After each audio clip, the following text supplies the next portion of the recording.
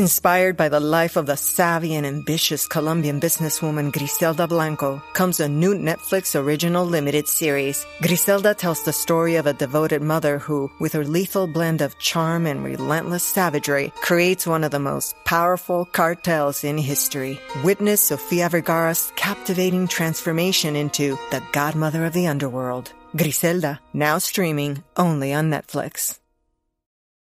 I'm Mo Rocca, and I'm excited to announce Season 4 of my podcast, Mobituaries. I've got a whole new bunch of stories to share with you about the most fascinating people and things who are no longer with us. From famous figures who died on the very same day, to the things I wish would die, like buffets. All that and much more. Listen to Mobituaries with Mo Rocca wherever you get your podcasts. Bare naked, bare naked, bare naked. ABC. Welcome to the Bare Naked ABCs, where we discuss every Bare Naked Ladies song from 7 to I. You know, some artists get their ideas for their songs from dreams. The great Paul McCartney is known for writing songs based on dreams, along with a million other different muses. But it's interesting that he never wrote about dreams of being bare naked in front of an audience or class. That is a pretty normal, although disconcerting dream that people have. He also never wrote a song about dreams about flying. But I know a band that did just recently. And I'm not talking about Kenny Loggins, who also wrote a song called Flying Dreams. Dream by night, wish by day, love begins this way. Loving starts when open hearts touch and stay. But this week we'll be discussing Bare Naked Ladies' song Flying Dreams. If you could walk, if you could talk, where would we go? What would you say to me? And to help me do that, I do not have Aaron or Michelle this week. Unfortunately, they'll be adding their opinions in later on. But I do have a special guest that I am very happy to have with us. I have with us this week Ben Kaplan. Not the Ben Kaplan that's the Canadian folk musician from Halifax, Nova Scotia. Not the Ben Kaplan that's the character from the British spy series Spooks. That would be kind of odd to pull that one off. Not the Ben Kaplan that was the American copyright scholar and jurist that died in 2010. That also would have been a really cool pull. No, I have with me Ben Kaplan that recently, on July 4th of this year, wrote an article about one of the Bare Naked Ladies and the one that wrote tonight's song, Kevin Hearn. And I would like to know a little bit more about you. Ben, welcome to the program. Well, thanks very much for having me. I love this program, and very cool to be part of your universe. Thank you. Oh, you're quite welcome. Thank you for coming on. So you're from Sharp Magazine, is that correct? Well, you know, I'm from New York. I'm an American. My wife's Canadian, and I moved up here in 2005, let's say, to Toronto. And I'm actually the general manager of a running magazine. I do a lot of running, and the magazine's called I Run. But I'm a writer also, gun for hire, so to speak. And Sharp Magazine is one of the places that I do a lot of things for, these large form features, like I wrote about Mr. Kevin Hearn. And yeah, that's sort of the Canadian equivalent of, let's say, GQ or Esquire. Like that's a men's magazine up here. And although that's sort of like men's magazine sounds a little passe, like that sort of classification, but I would say the magazine is very good. It's very cool. And yeah, so that's my bio. That's my spiel. Now, how long have you been writing? Oh, I've been doing this for a long time. I guess junior year of college, I was doing a semester abroad in Spain, and I started writing letters back home, and I sort of, my needle had no compass, as they say. But with writing these little letters, I found my sort of calling. I like to express myself. Basically, the tone of those letters is sort of the tone that a lot of my stuff has since taken on sort of first person, funny observations and whatever. But I guess as a journalist, yeah, I've had my stuff in different places, including GQ and the New York Times and whatever. I could brag a little bit, but just so you know that your guests know you have a quality guest on, so your listeners know you're not just bringing on any schlub. Yeah, so I've been doing journalism and music journalism in particular, I guess for, God, I don't know, I guess it's 20 years now, something. Wow, that's a good career. I mean, so. Appreciate you saying that, though.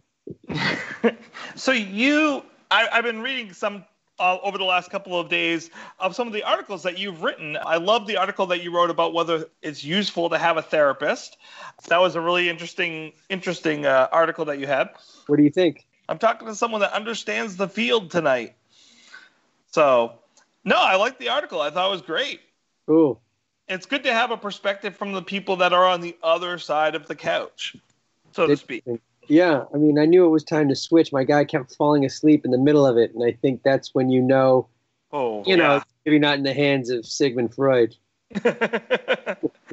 You're obviously not making a good connection with that guy. It's not the right personality connection if they're falling asleep on you. Straight up asleep. It's hard to connect with someone that's asleep. Yeah. The other one I read was the one about you and your dad in Vegas. Right. Okay. Yeah. Something came from that experience. Yeah. I think that people need to know, so you write from the heart. You're very educated. You're very knowledgeable. But at the same time, you use a lot of humor while you're writing. And it's not intentionally humor. It's humor that just comes from storytelling. And it's very well first-person done article. Well, man, I appreciate you saying that. I mean, I would say if you had to, I would say that if there would be a kind of a name to my style, it would be sort of that. It tries to do that. But I mean, the great thing is when we transition into talking about Kevin, the Bare Naked Ladies, get off.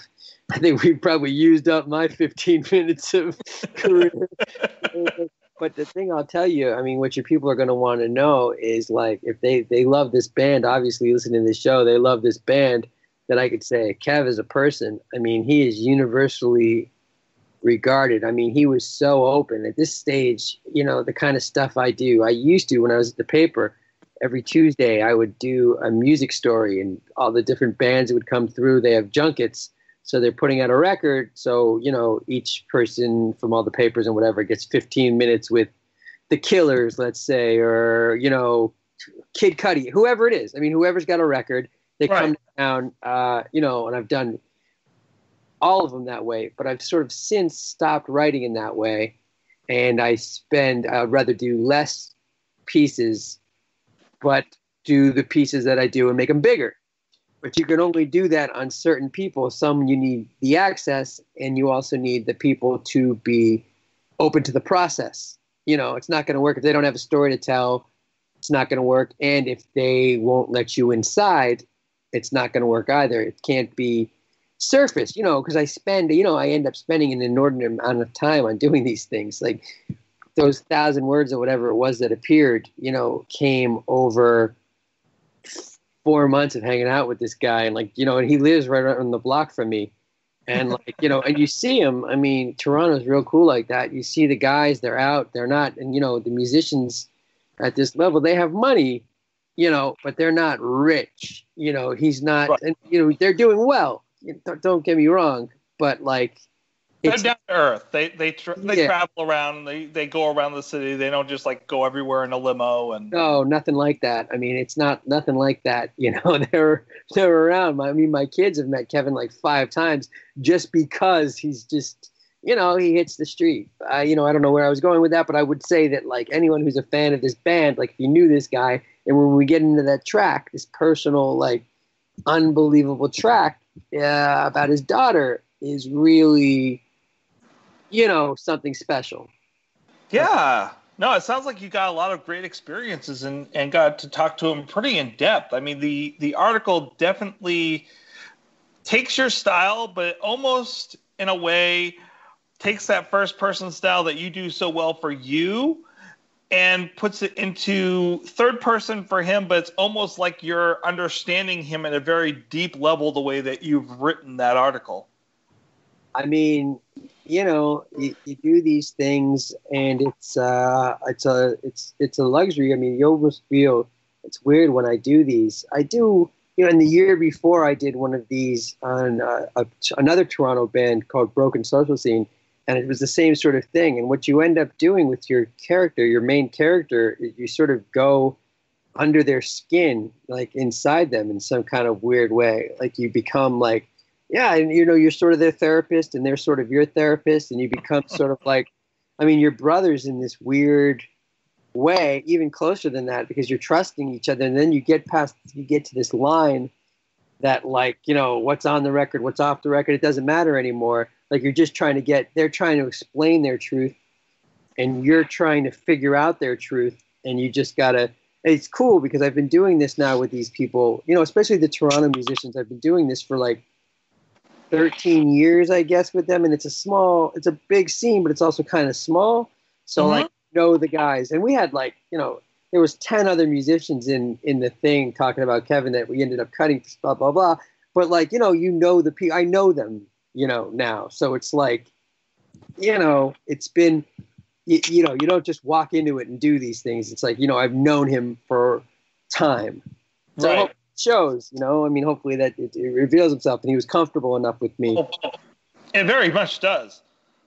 That kind of leads me to my question that I have for you, which is, well, I mean, I have many, but the major one I have for you before we get into the song proper, how did this come about? How did this article manifest itself? I'll tell you something. I'll tell you the God's honest truth is I was going to do a story on the pornography scene in Montreal, which is very much fodder for a men's magazine. They're like evergreen. You want to do a story for a men's magazine, do it on pornography. They'll take the story every time. It's just people are fascinated. Montreal's a big hub. I forget what it was now, either Pornhub or YouPorn or one of those things is based in Montreal. I like to write. I want the money. I need to do stories. Right. So I was going to do that, and I told my editor, I'm sort of like a writer at large over there. So, he was like, good, or flush it out or whatever. But like, that's roughly the space I had and the thing I had. And like that die was cast. And then we have a friend who's got a kid with mobility issues. And I don't know how you would describe, he has seizures. The kid has seizures. And anyway, and his kid can't go to a regular school. He goes to a special needs school.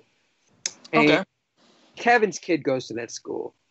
And he had known, he had been on me to do a thing about Kevin, and I have done things on Kevin before. I knew him already, and I had done stuff on him before for one of his other records or something like that. So that wasn't the first time we talked. And actually, for one of those other stories, I did, and I knew I could. Lou Reed gave me a quote, and I'll try to dig that up, and I'll email it to you, because Lou Reed gave me a hilarious quote about Kevin.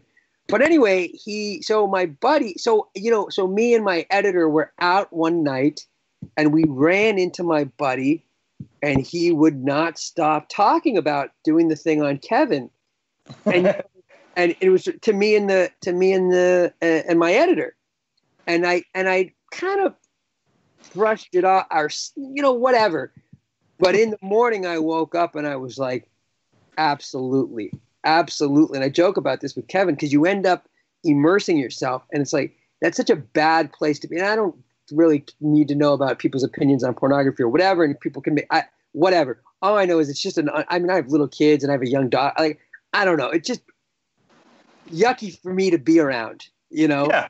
I'd rather be around Kev. You know what I mean? It was like, you'd rather write a song. You'd rather write a piece about being about fake nudes than about pornography. Well, I'd rather like than or be grimy. I don't know. But so I always tell him that like this could have been. I was like, because you occupy that space, you wear it.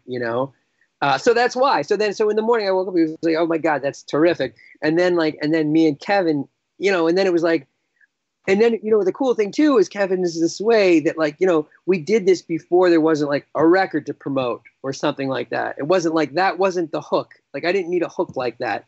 Right. It turned out now there is a new record out, and there's also a documentary that he's part of. But when we did this, it was like, because that kind of way of doing it too is sort of like reminds me of when like you now have 10 minutes with the Killers, or you know, you have 10 minutes with Neil Diamond or whatever, which is great. But that thing when it's hook based, it's like, okay, right. But when it's not, where you could just say this is just a story that deserves to be told, and it's the story is the hook, not the here's the thing I'm trying to sell you, you know? Right. So Kevin and I sat down. I mean, and he's approachable. So, you know, and we hashed it out. And I told him what I wanted to do, but I said, like, you know, we're going to go there or whatever. And he was like, yeah, you know, and he has this way about him. And he didn't have any scruples. And he was like, and he's always doing a lot of interesting things. He was going to Wisconsin to play with the Violent Femmes, you know, and it was like, we were looking at our calendars and he was like, now I'm in the studio with the Real Statics and here I'm going to be doing this. And, you know, how do you want to work it out? And I was like, okay, great. You know, this will work. Nice. Yeah. What a great opportunity. Yeah. And people love him, and it hadn't been done like that. So Right. sort of people are familiar with certain elements of that. People know that Kevin spent time with Lou Reed. People know that Kevin spent time with Gord Downey, you know, and before both of those guys passed away. It's icons. But it was never the whole thing about his own battles with leukemia, and it was never with his daughter.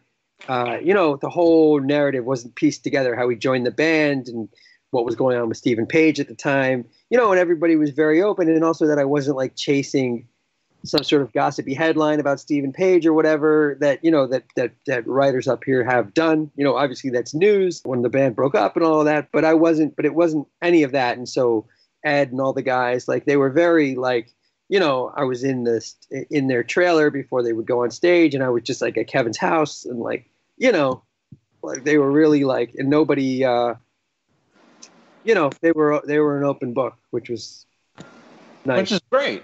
Yeah. And it leads to an article like what you have written. What I love about the article that you've written is that it tells the personal story. Yeah. A lot of these articles, like you were mentioning, from these junkets, you get the interesting questions that gives interesting, you know, info drops about their past. You get information that kind of didn't come out before, but you don't get the person. Yeah. In your article, you definitely feel, or at least I felt in reading the article, and other people I've talked to that have read it felt the same. You get to know Kevin and understand like the story of Kevin and the type of person that he is and the personal demons that he's kind of had to face. Yeah. And I hate saying personal demons because it really doesn't match Kevin, because it sounds like he's just a very easygoing, down-to-earth guy that goes with the punches, and he's had some pretty bad situations thrown in his way and had to deal with a lot of bad things in his life, a lot of sad things in his life, and he just has an amazing way of restructuring it and reframing it and coming at it in a very positive light, it sounds like. Yeah, I mean, you know, and somehow it's a metaphor because we all do, right? I mean, we all know where it's going to end. We all know what's going to happen. You know, we know what's going to happen to us, what's going to happen to our parents, you know, God willing, not our kids. Kevin's kids, you know, his daughter, I think she's 14. They said she wasn't going to make it past 10, you know. Right. So Kevin, like, he lives with that, and he tries to, you know, just like he lived. We knew Gord Downey, you know, it's the prognosis on glioblastoma is, you know, he lasted longer than he would have, one would have thought. And, you know, but you go into those situations. And I think Kev says in the story, and I mean, you know, I get to be with you to the end. It's an honor. You know, it's an honor. You know, I'll make do every, you know, with every moment that I can, which isn't to say that, you know, it's bittersweet. I mean, it's very bittersweet, and but he keeps going. You know, as you know, as we all sort of do, and you know, he doesn't wallow and he doesn't pity himself or anything like that, and he makes interesting music, and he's creative, and he draws, and he paints, and he shares. You know, he's active on social media, and he's. You know, he's trying to be alive while he's here. Which is amazing. Yeah. To have that perspective on life, to take it from that direction is a person that I think everyone kind of wants to be around. He's that kind of guy. Yeah, I mean, the one of the guys in my story is singer Kevin Drew, who had spent a lot of time with Gord Downie doing the last Tragically Hip record and then doing Gord Downie's last solo record.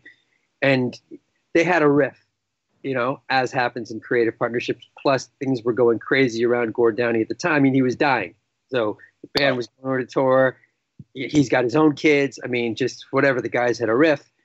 And Kevin Drew was just telling me how that he will thank Kevin Hearn forever, because Kev really shook him and he said, "Hey, don't do this, man. I mean, this is what we got. This is maybe all we got. Snap out of it, throw that in the trash, and come in here fresh." And Kev says, he'll that till his dying day, he'll always thank Kevin for that. I forget how he says it, but he says it in this. He has a cool way of talking. But he said, he pulled him away from a powerful regret that was sure to come. Yeah.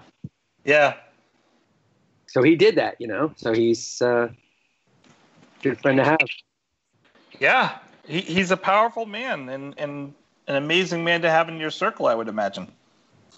Yeah, in his soft-spoken way. I mean, and in all of these things, and I don't know if the piece makes enough of it, but like how generous and creative he is artistically. Like, so all of that stuff is wonderful, but if you can't play the bass, and you're rap piano, you're not that good to have in a band if you're just a sweetheart. Although, Right. put you on stage to hit a tambourine if you're that lovely. But also, they may, quite a few people and quite a few like renowned musicians. I don't know if Ron Sexsmith, if he charts in the States, if you've heard of him, but he's like the sort of, I don't know what you would call him, but like a Canadian Nick Cave or I don't. But anyway, the guys call him genius, and they say he's brilliant in the studio. And Ed says he could take a song and it's like sort of half finished and but it needs something and he doesn't know, and he just gives it to Kevin, and Kevin can the only way I can describe it is just sprinkle it through with the magic. And I saw him in the studio working on a record. It was for a band called the Rheostatics. And I saw how he would add things and pick up. He brought a trunk to the session, and inside the trunk were these like strange instruments that I'd never seen, but they just add, they make an arrangement complicated and whimsical. These instruments add a certain whimsy to it, but the song in particular had like a nautical theme, and Kev had like these not kazoos, but like just stuff, and it makes the builds more dramatic, and he adds sort of whimsy when they were on the sea, and you could see how he makes the song, he takes a track and he turns it into a gem. Right. Yeah. And it's amazing because you hear all those little things in the background that make it so amazing, and it's things that even Ed in interviews has said, like, that's Kevin going upstairs into his little area where he just experiments and then brings down what he thinks is going to work.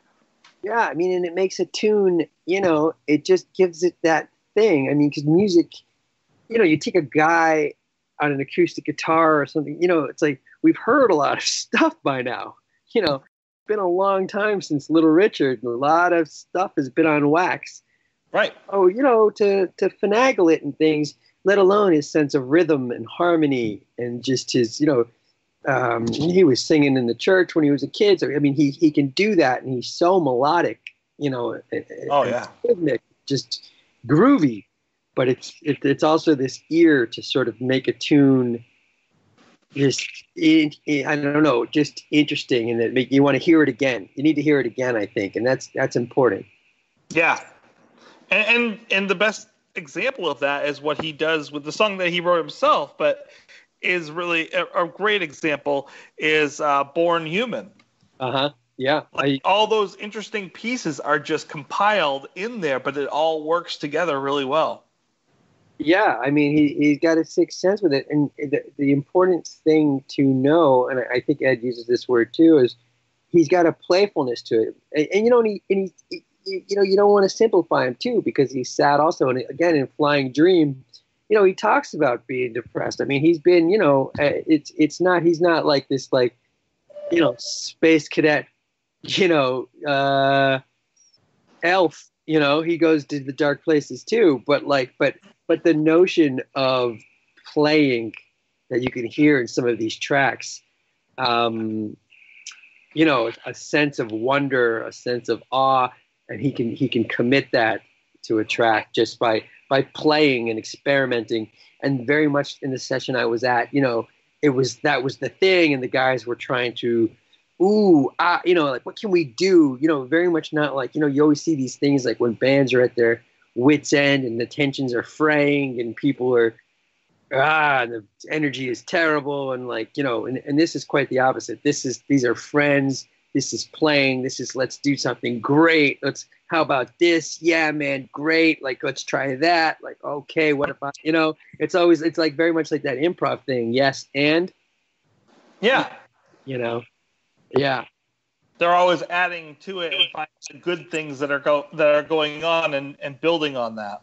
Yeah, and I think, you know, by giving you the space to play, you know, you feel comfortable, you feel safe. And again, that's another thing about his personality, that you just, you know, people feel comfortable around him. They can be vulnerable. They can open up. You know, they can experiment. So we've talked a lot about his personality. Let's talk specifically about this song that he has written. I get the feeling that this is very much, even though it's credited to Kevin, I feel like it's very much a Kevin song. Like, this is, they may have played around with it and added things to it, but I get the feeling that this is very Kevin. I mean, it's extraordinarily personal, and Kevin introduced me to Havana, his daughter's Havana, and we went to her school, and you see her, and you know, and you know, she can't stand, and she can't walk, and she can't speak, but he communicates with her, and he can make her, and she could put her hand on the piano and hit a note, and she can feel the vibrations, and she has responses. So this tune is very much putting himself in her, you know, imagining her in her life in the best way possible.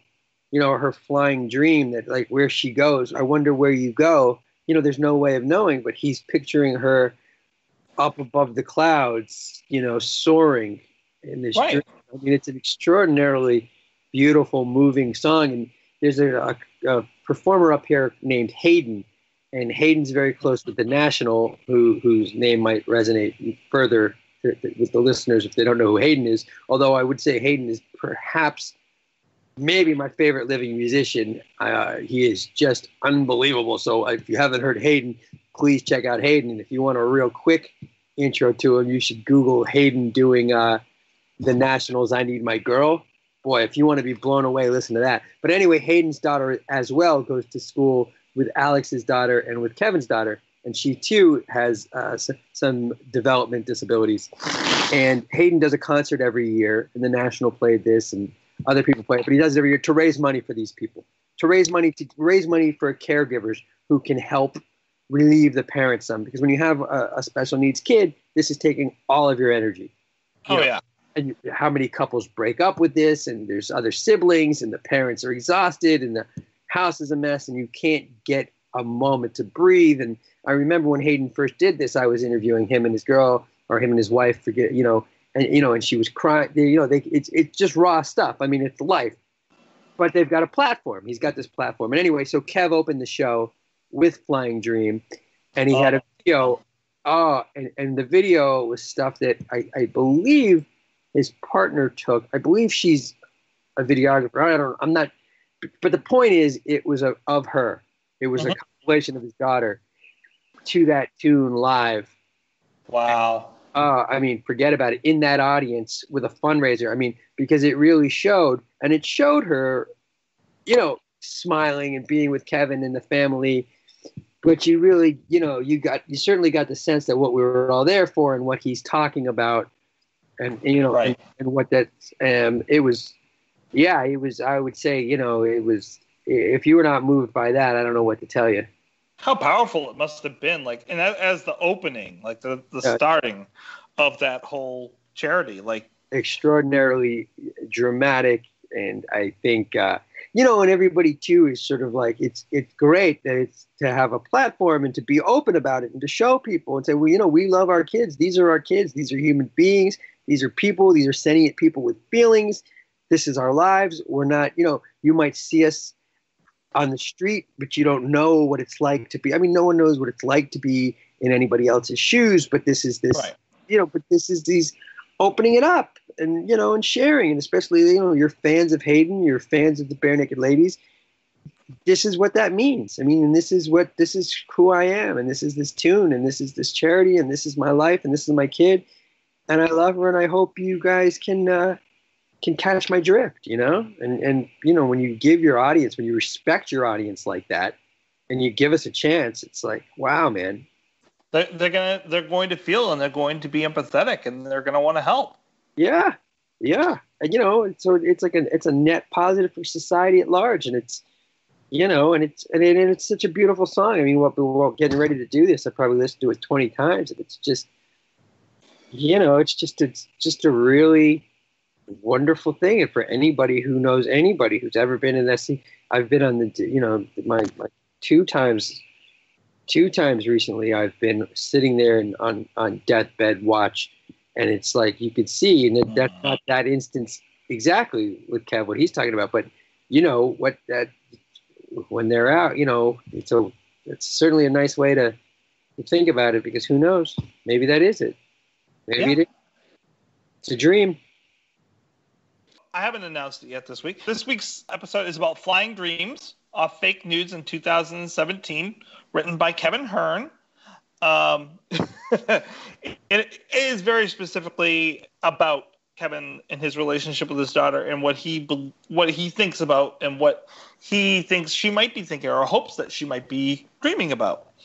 Of course, you and I both know, having people that are in the psychiatric field, know that flying dreams typically are there as representations, especially Jungian adaptation. That flying dreams is really about freedom, relaxation, happiness, and so, you know, the song is about him hoping that she's having happy dreams, that she is viewing life from her perspective in a happy way. At least that's what I think it takes. Well, it's a gorgeous take. I mean, I would agree, and you know, and it's a really gorgeous take, and it's just an unbelievable track. I mean, it's a gorgeous tune. It is. It's interesting. He starts off the beginning of the song with some very moody, some very suspenseful throat singing.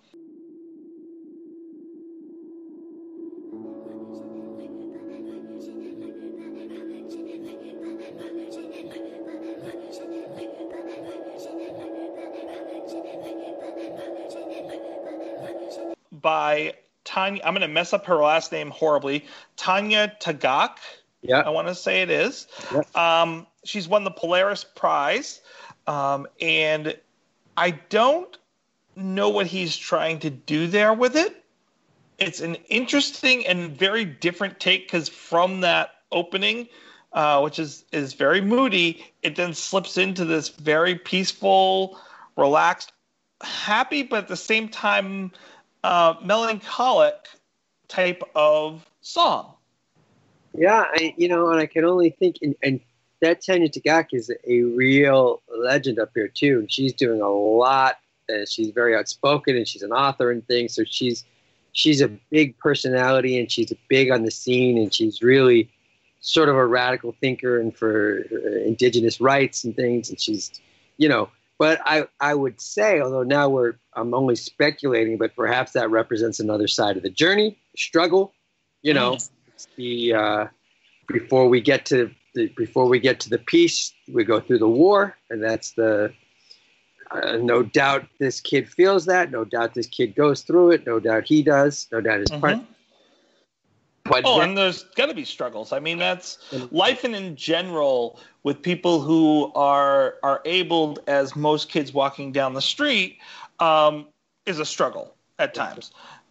To be going through the struggles that she has, and other people with special abilities, and the difficulties that they must have, of course there's going to be struggles. Yeah, and so that's an interesting choice. I don't know if that was if he meant it to illustrate that, but perhaps. But it would certainly, that would hold and then when it ends, there's this peace, there's this flight, and it sort of takes off.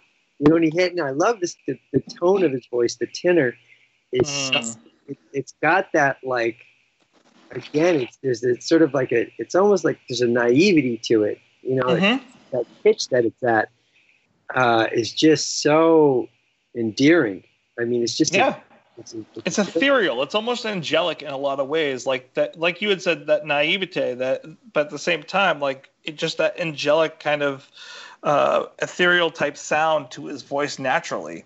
Yeah, and it's an interesting voice to put your finger on, and he plays with it, and in a lot of different tunes he can do different things, and you hear it too when they do cover tracks, but yeah, and in that song it really, I mean, it just floors you. It does. And I feel almost like I'm floating on a cloud while I'm listening to this song. Like it is very, very relaxing. And I hope if he listens to this, I hope he doesn't take this as an insult. When I'm listening to the song, I often have it on my sleep music because it relaxes me and it puts me in that mode to go to sleep. Not because it's boring, but it just has that type of effect of just relaxing. Yeah, I really, I know what you mean. I mean, and it's a perfect thing. One time I went to his house and we were listening to records, and he says that when he misses Gord Downey, he puts on his records and he just goes right there, and you can do that. And so from that I started doing that back to my own house, as I would like light candles and listen to records, and it's just so nice to do that and to like just to zen out to it, and just to listen to it. Yeah. And you were mentioning before that he likes to add these little things, like he knows what's missing or not, what's not sometimes not missing, but also just like what's going to add to the song, what's going to take it that next step. And there's little things that he adds into the song the band does. I'm guessing that it's him because of some of the effects that I could see it being him adding some of the stuff in. For example, like at one point there's a light breeze that's playing in the background. Right. And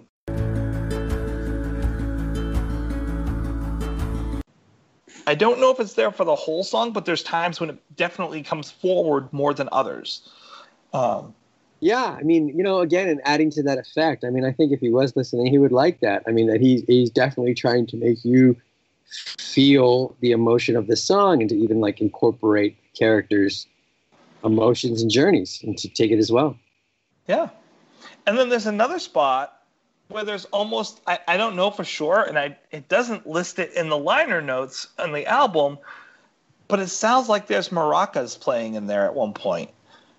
And it's just a really interesting add-in, but it works. Yeah, I wouldn't. I mean, I know he does like doing the maracas. I know he has that, and I know he likes doing that with his daughter. And, that it's definitely something that she can like feel the way that shaker makes the noise. So, right.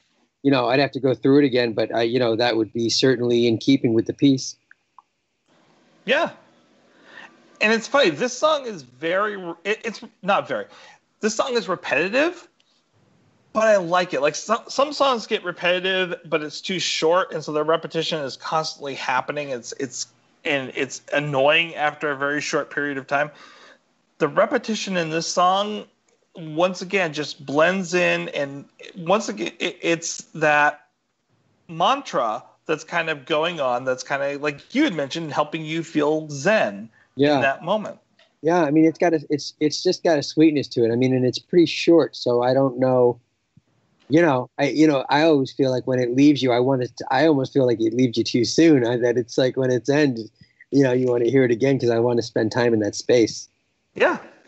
No, and I can, as you had mentioned, I listen to each of the songs between 10 to 20 times each week just to fully break down the sound, the music, the what it's trying to say.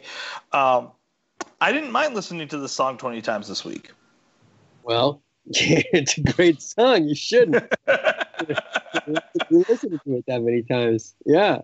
Well, and I hate saying this because I know, like, from all the interviews I've ever seen, from reading your article as well as any of the other interviews that I've read, Kevin's a great guy. He's a great person. And but I have to say, like, I'm not the biggest fan with his music. It doesn't hit me. It's not as powerful as some of the other music. And I mentioned that when we talked with Mill a while back about another Kevin song. Most of the Kevin songs don't hit me in the same way that most Bare Naked Ladies songs do. Okay. This one does, though. This one really kind of gets into me and really makes me get the feels. Nice, man. Well, good. That's, maybe this will be the bridge back to it. Maybe you just needed 20 doses of this one to get your mind right. That's right. I now want to take it, and I do want to mention one thing. It's really interesting as well. So oftentimes, like, the music will change when the lyrics change. The last verse of the song starts to get kind of dark. Like, in the first few verses and chorus, it sounds very hopeful, very uplifting, and the last verse doesn't seem to do that. The last verse starts to get into that depression type stuff, I think. Yeah. But the music doesn't change.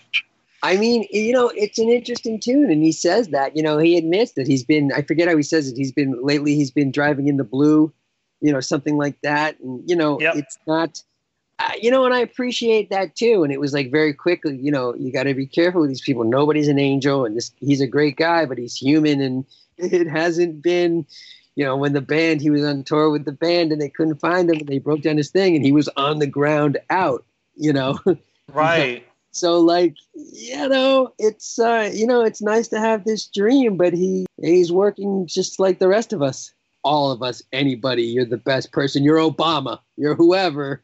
You get times in life that go not so great, and things there are times that everything is going to get to you anyways, no matter who you are, no matter how positive you are. Yeah, whatever you're dealing with. And I like that that's in here. It's not just a totally positive song. He handles it, even the blue part, even the sad part, he handles in a more positive way, and you still feel good listening to it. But, I've been swimming deep in the blues these days is a really poetic way of putting that, there are times that we all still kind of go through this. And I get the feeling that this song in a lot of ways was cathartic for him to write. Oh, for sure. I know. And I love that you pulled that lyric up. I like the way he says that too. And, it's just it's bare naked on the emotional sense. And, it's just probably my favorite tune. 0 to 5. 5 means that's absolutely the best song you've ever heard. Or it's right up there. It's in the pantheon. 0, of course, is like, I wish they had never made this song, tear it up, never want to hear it ever again. It takes a lot to get down to a 0. I'm gonna go with the rating of Flying Dreams just to make it very obvious this week. How many Flying Dreams do you give this song? 5. 5? Is 5 the highest? 5 is the highest. I give it 5. I give it 5. Give it 5. I give it 6. I mean, because if you get, I give it 5. You can't give it 6. I mean, 6, but I give it 5. I have to say, I really like this song too. Obviously, it's not my Brian Wilson. It's not, it's not all the way up there for me.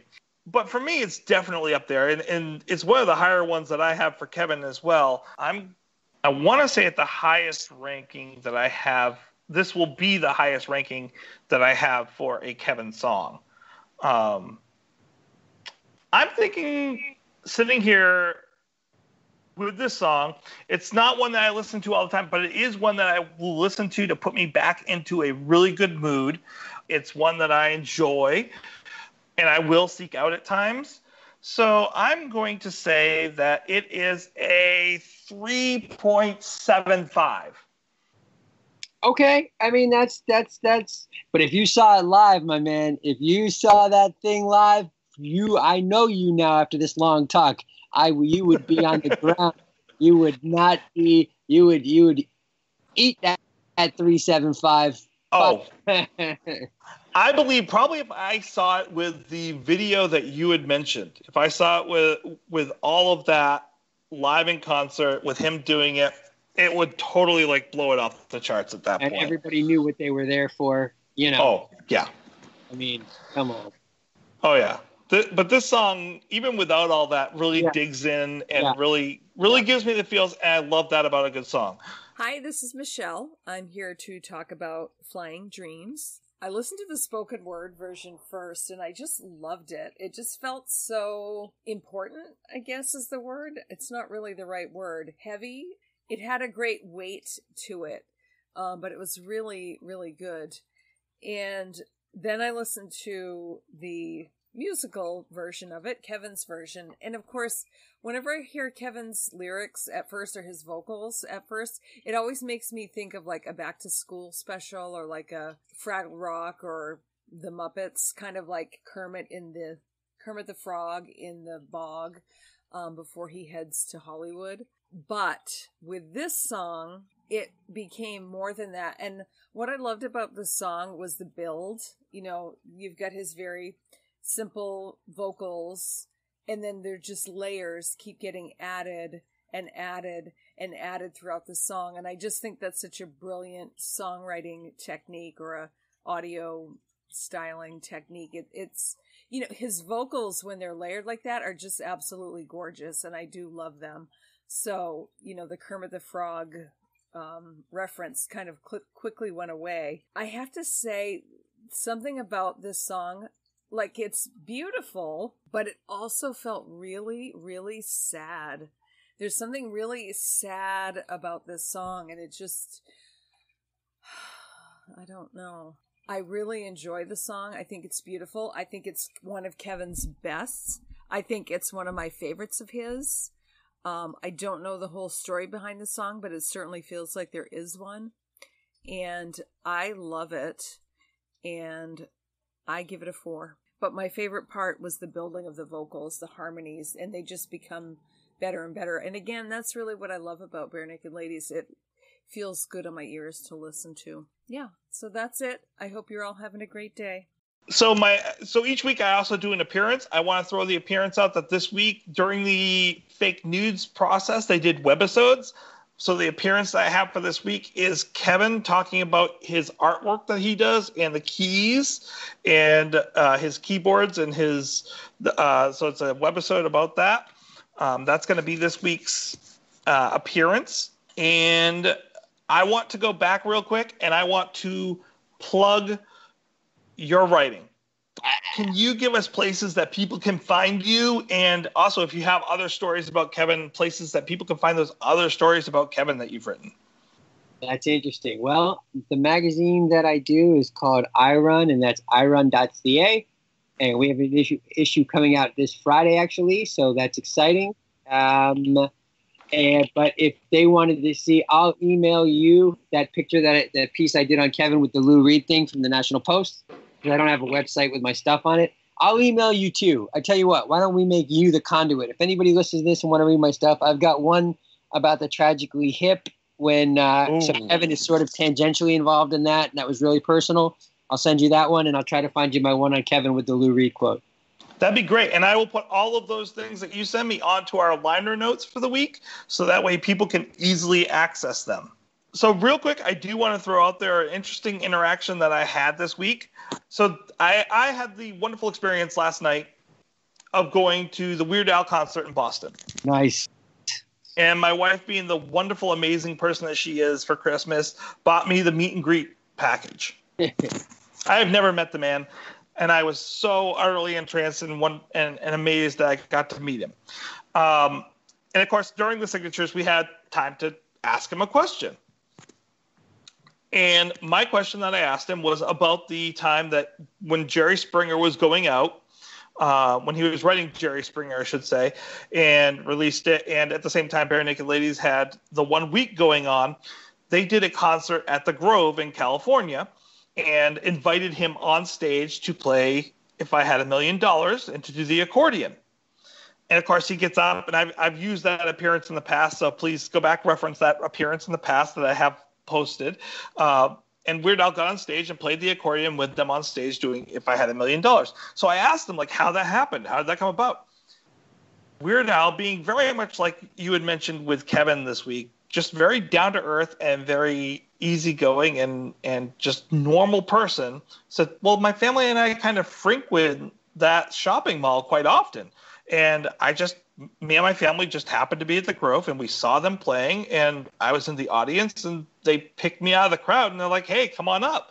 And I asked him, well, what was that like to get up there and play? He's like, they are a bunch of really great guys. And it's wonderful when you can get up there and support people who are really amazing and wonderful. Yeah. Now, that's me paraphrasing, of course. Yeah. It's not direct quote. I wish I could have, but he wouldn't let me. No recording was allowed. Oh, okay. So that's my paraphrase of what he was saying. He worded it much better than I did. But he was just very down to earth, and it's funny that it was a very coincidental situation that occurred. But one of my favorite moments of history of having two amazing icons in one place at one time. Nice. So I will also look up that what you were mentioning about Hayden doing the Nationals Will You Be My Girl, I believe you said it was? I Need My Girl. I Need My Girl. And I will be posting that as well. Nice. So people can listen to that. Good. And it's been really great. I have a question for you. One last big question. Are there times when you are worried about what people are going to think about your article? Do you kind of get that? I don't know. I think the phraseology is the fog of writing. Yeah, man. I've had that a million times. I've been on, this Kevin piece is nice because I've been on the negative version of this plenty of times. Once, twice, 3 times. I've written stuff and my wife has cried. For good reason, I hope. Okay? No, I have. And actually last summer when I spent all that time with the band, the guy really freaked out. You never know. It's not more or less work. So I have had that. So, and you try, but they say like, if you write it for the people, then it's publicity. And, and I'm not doing publicity. I'm doing editorial. It's not paid. So at the same time, like, you fall in with these people. So you're not out to like screw anybody over, but you never know, you go your own way. You follow your muse. I mean, yeah, but I have the answer is yeah. Well, coincidentally enough, that is the song that we will be covering next week is The Fog of Writing. Okay, cool. Yeah. I mean, Well, thank you so much for joining us. I encourage anyone listening to this, please go out and read Ben's writing. It is amazing. I love the style. Once again, it makes you feel very much like you're there. It's that personal approach instead of the very systematic and, interviewer type style where you feel like you're getting to know the person, what they're giving you. This is much more personal. You feel like you really get to know that deep down personal characterization. So please go out and read his articles. Right on, man. Thank you.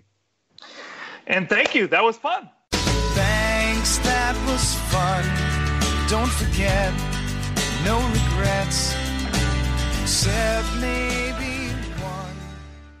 To celebrate joining Pantheon Podcasts, Rock Camp, the podcast, the official podcast of Rock and Roll Fantasy Camp, is giving away a guitar signed by Mike Portnoy of Dream Theater, Marty Friedman, formerly of Megadeth, and legendary shredder Zakk Wylde, plus our rockstar counselors like Vinny Appice, Monty Pittman, and more. To enter to win, simply follow, rate, and review our podcast on your preferred platform, and that's all you have to do. For more information, go to rockcamp.com/podcast.